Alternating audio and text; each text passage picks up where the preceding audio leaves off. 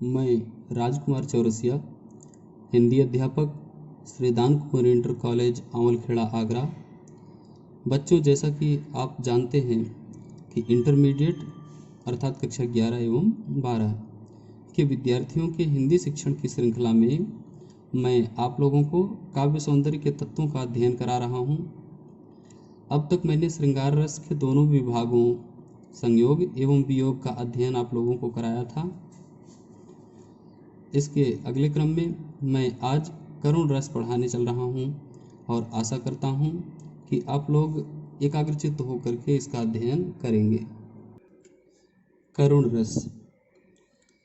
बंधु विनाश, बंधु वियोग, द्रव्यनाश और प्रेमी से सदैव के लिए बिछड़ जाने से जिस भाव का प्रभाव उपस्थित होता है उसे ही करुण रस कहते हैं। इस रस का स्थायी भाव शोक होता है। यहाँ बताया गया है कि बंधु विनाश, बंधु का तात्पर्य भाई भी होता है और हमारे परिवार, हमारे रिश्ते नाते इत्यादि में जितने भी सगे संबंधी होते हैं वो सब बंधु के अंतर्गत ही आते हैं। तो हमारे सगे संबंधियों में से यदि किसी का विनाश हो जाए, किसी की मृत्यु हो जाए या किसी से सदैव के लिए वियोग हो जाए जिससे कि कभी मिलने की आशा न रह जाए, या संपत्ति का विनाश हो जाए, अथवा प्रेमी या प्रेमिका से सदैव के लिए हम बिछड़ जाएं, ऐसी स्थिति में जो हृदय के भाव हमारे समक्ष उपस्थित होते हैं वही करुण रस का रूप धारण कर लेते हैं। इसका एक उदाहरण देखिएगा।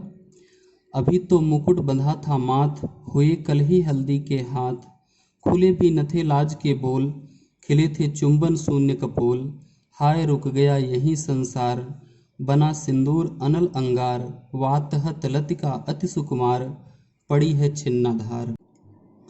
ये पंक्तियाँ सुमित्रा नंदन पंत जी के काव्य का अंश हैं, जिसमें कहा गया है कि एक नवोढ़ा स्त्री जिसका विवाह एक दिन पूर्व ही हुआ है, संयोगवश उसके पति का देहांत हो जाता है।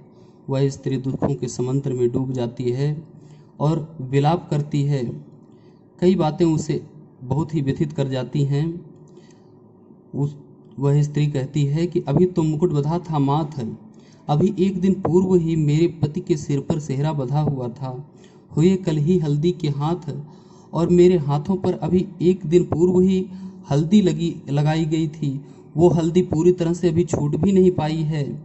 खुले भी न थे लाज के बोल, मेरे हृदय में लज्जा की मात्रा इतनी अधिक थी कि अभी पूरी तरह से मैं अपने पति से प्रेम का प्रदर्शन भी नहीं कर पाई थी, और मेरे कपोल अर्थात गाल भी अभी चुंबनहीन ही रह गए हैं, अर्थात मेरा पति से प्रणय भी अभी अधूरा ही रह गया है। किंतु अब तो ऐसा लगता है जैसे कि मेरा पूरा संसार ही रुक गया है। मेरे जीवन की संपूर्ण गति ने ही विराम ले लिया है। मेरे मस्तक पर लगा हुआ सिंदूर, जो कि मुझे बहुत अधिक सांत्वना प्रदान करता था, जो शीतलता प्रदान करता था, आज वो मेरे लिए अंगार के समान प्रतीत हो रहा है।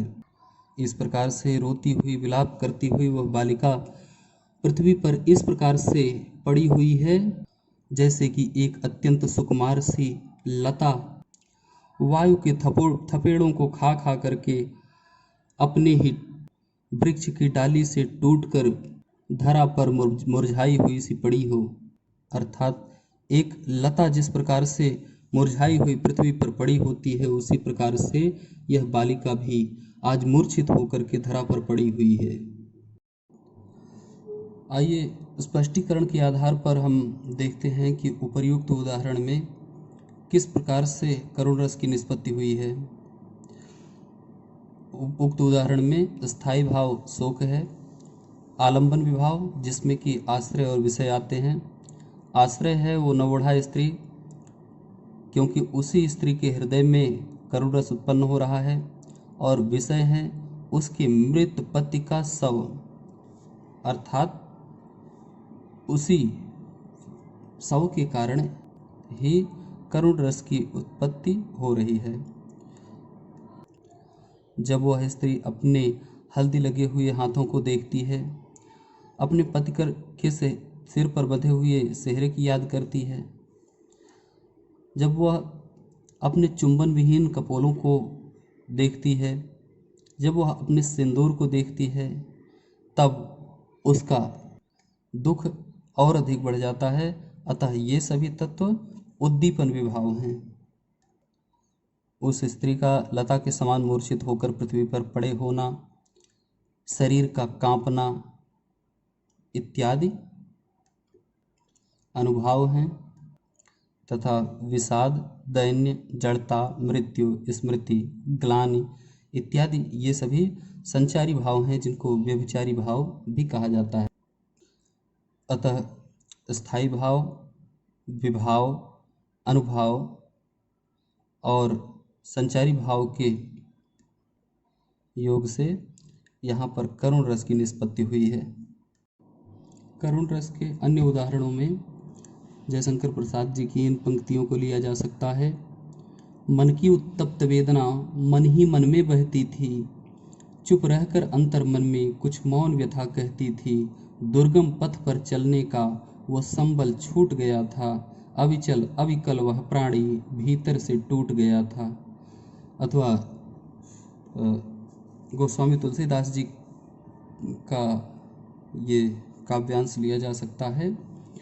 शोक विकल सब रोवहि रानी, रूपशील बल तेज बखानी, करहि विलाप अनेक प्रकारा, परहि भूमि तल बारहि बारा। यहाँ आप लोगों को एक बात समझ लेना अति आवश्यक है कि करुण रस में भी आश्रय के हृदय में दुख उत्पन्न होता है एवं विप्रलम्ब श्रृंगार में भी आश्रय के हृदय में दुख ही उत्पन्न होता है। दोनों रसों में मूलभूत अंतर यह है कि करुण रस में प्रेमी अथवा प्रेमिका से मिलन की आशाएं पूरे जीवन भर के लिए समाप्त हो जाती हैं, किंतु विप्रलम्ब श्रृंगार में प्रेमी अथवा प्रेमिका से मिलन की आशा बनी रहती है। बच्चों, कक्षा 11 एवं कक्षा 12 की हिंदी की पुस्तकों में करुण रस से संबंधित बहुत से उदाहरण मिल जाएंगे।